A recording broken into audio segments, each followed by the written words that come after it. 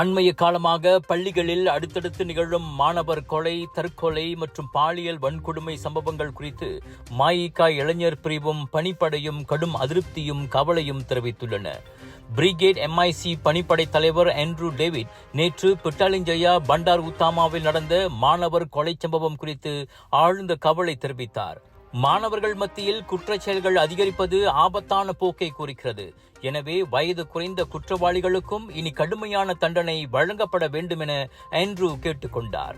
குற்றச்செயல்களை எதிர்க்கும் தலைமுறை எனும் பிரச்சாரத்தின் கீழ் பிரிகேட் MIC பணிப்படை பள்ளி மாணவர்களுக்கு குற்றவியல் விழிப்புணர்வு மற்றும் ஆலோசக உதவிகளை வழங்கும் என்றும் அவர் கூறினார்.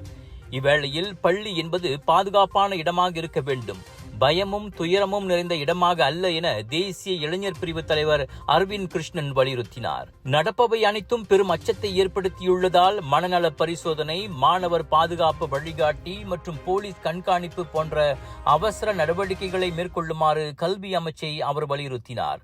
பள்ளி மாணவர்களின் பாதுகாப்பு அனைவரது கடமை என்றும் இரு தலைவர்களும் வலியுறுத்தினர்.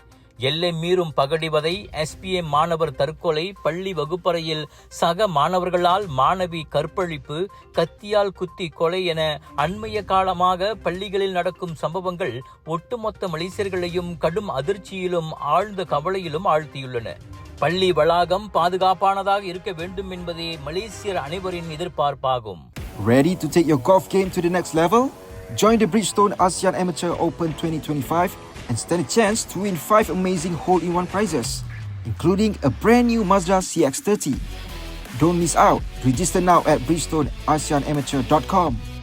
உங்கள் சிறந்த ஆரோக்கியத்திற்கு அளவான எண்ணெயுடன் சிறந்த முறையில் தயாரிக்கப்பட்ட சைவம் அசைவத்திற்கும் பொருந்தும் சூப்பர் ஊறுகாய், பச்சை கொடி சிவப்பு மீன் சின்னம் கொண்ட ஸ்ரீ மீனாட்சி ஊறுகாய்.